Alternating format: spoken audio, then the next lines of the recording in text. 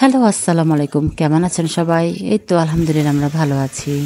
তো নতুন আরেকটা ব্লগ নিয়ে চলে আসলাম। তো বাড়ির থেকে আসার পরে বাজার সদাই তেমন একটা কিছু করতে হয়নি। তো আজকে আপনাদের ভাইয়া সকাল সকাল বাজারে চলে গেল।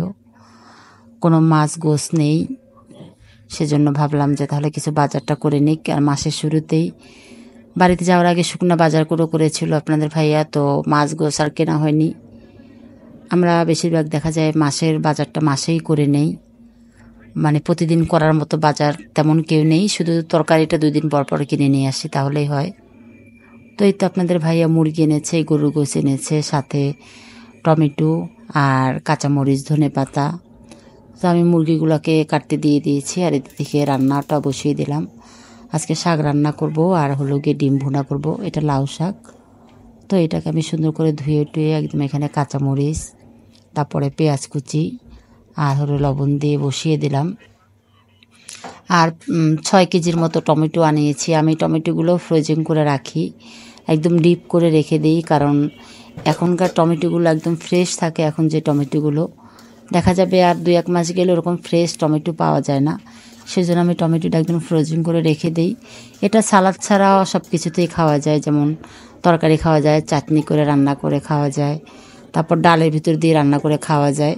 সেজন্য আমি ওইভাবেই রেখে দিই, প্রত্যেক বছর আমি ওইভাবে রেখে দিই। সেজন্য একটু বেশি পরিমাণে এনে আমি ওটাকে ফ্রোজেন করে রেখে দিলাম। আমি ওগুলো সব গুছগাছ করে আমি রান্নাটাও বসিয়ে দিলাম। তো আমার শাকটা আর এক পাশে বসিয়ে দিয়ে আমি এখানে ডিমটাও বসিয়ে দিয়েছি। আজকে আর কিছু রান্না করব না, বাড়ির থেকে মা যা রান্না করে দিয়েছিল সেগুলো এখনও আছে। তো বাচ্চার জন্য জাস্ট একটু ডিম ভুনা করব। আর বেশ কিছুদিন, মানে যে কদিন ছিলাম 4-5 দিন, কোনো রান্নাবান্না করতে হয়নি, কোনো প্যারা ছিল না, কোনো ঝামেলা ছিল না। মানে সকালবেলা উঠে যে টেনশন থাকে একটা, মানে ঘরের বউদের যে কী রান্না করব কি করব, ওই টেনশনটা ছিল না। বেশ মানে ভালোই ছিলাম কয়েকটা দিন মায়ের বাসায়। তো আবার শুরু হয়ে গেছে সেই রেগুলার রুটিনগুলো। তো মাঝে মাঝে একটু খারাপ লাগে, তো আমার কাছে ভালোই লাগে বিষয়গুলো। আর রান্না করতে এখন ভীষণ ভালো লাগে। তো এই তো আমি ডিমটাকে ভেজে একটু এখানে হলুদ আর পেঁয়াজ, একটু মরিচের গুঁড়ো, একটু আপনার ওই যে জিরার গুঁড়ো, ওগুলো একটু দিয়ে আমি এটাকে এখন মশলাটাকে কষিয়ে নিচ্ছি। সাথে একটু জিরার গুঁড়ো দিলে কি হয়, সুন্দর একটা মানে ঘ্রাণ আসে। ধনেপাতাটা খায় না আমার হাজবেন্ড, তরকারির সাথে ধনেপাতা দিলে খায় না, আর আমার বাচ্চাও খেতে চায় না, সেজন্য একটু জিরার গুঁড়া দিয়ে দিই। আমার তরকারি রান্নাতে বেশিরভাগ দেখবেন আপনারা সবসময় আমি জিরার গুঁড়াটা ইউজ করি। আমি ধনেপাতাটা তেমন ইউজ করতে পারি না। আমি পছন্দ করি, কিন্তু আমার হাজবেন্ড কিংবা বাচ্চা তারা পছন্দ করে না, সেজন্য তাদের জন্য আমাকে ওইভাবেই রান্না করতে হয়। তো এই তো আমার শাকটাও হয়ে গেছে, আমি এখানে এটাকে এখন বাগার দিয়ে নেব। একদম মানে শাকটা এত ফ্রেশ, মানে দেখেন একদম সিদ্ধ হয়ে গেছে, খুব ঝরঝরা। তো এখানে আমি একটু শুকনো মরিচ আর হলো গিয়ে রসুন কুচি দিয়ে দেব। এই শুকনো মরিচটা দিয়ে বাগার দিলে আমার কাছে খেতে ভীষণ মজা লাগে। আমি বেশিরভাগ দেখা যায় ভাজিতেই মানে বাগার দেওয়ার সময় একটু শুকনো মরিচটা ইউজ করি। ওটার যে একটা ঘ্রাণ, ওই ঘ্রাণটা আমার ভীষণ ভালো লাগে। আর সাথে রসুন দিয়ে দিই।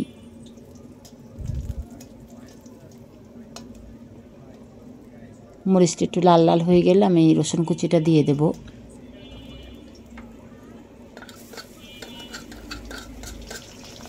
মরিচটা আমার হয়ে গেছে, এখন আমি রসুন কুচিটা দিয়ে দিচ্ছি। রসুনটা হালকা ভেজে আমি শাকটাকে বাগার দিয়ে নেব।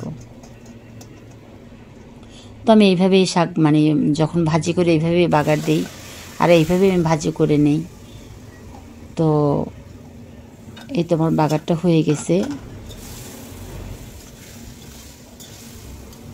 তো ভিডিওটা ভালো লাগলে অবশ্যই লাইক কমেন্ট করবেন, আর যারা পেজ থেকে দেখবেন অবশ্যই পেজটাকে ফলো করে দিবেন, আর যারা ইউটিউব থেকে দেখবেন অবশ্যই ইউটিউবটাকে সাবস্ক্রাইব করে দিবেন। আমাদের সাথে থাকবেন আর আমাদের জন্য দোয়া করবেন। আমিও আপনাদের জন্য দোয়া করি। সবাই ভালো থাকবেন। আসসালামু আলাইকুম। আল্লাহ হাফেজ।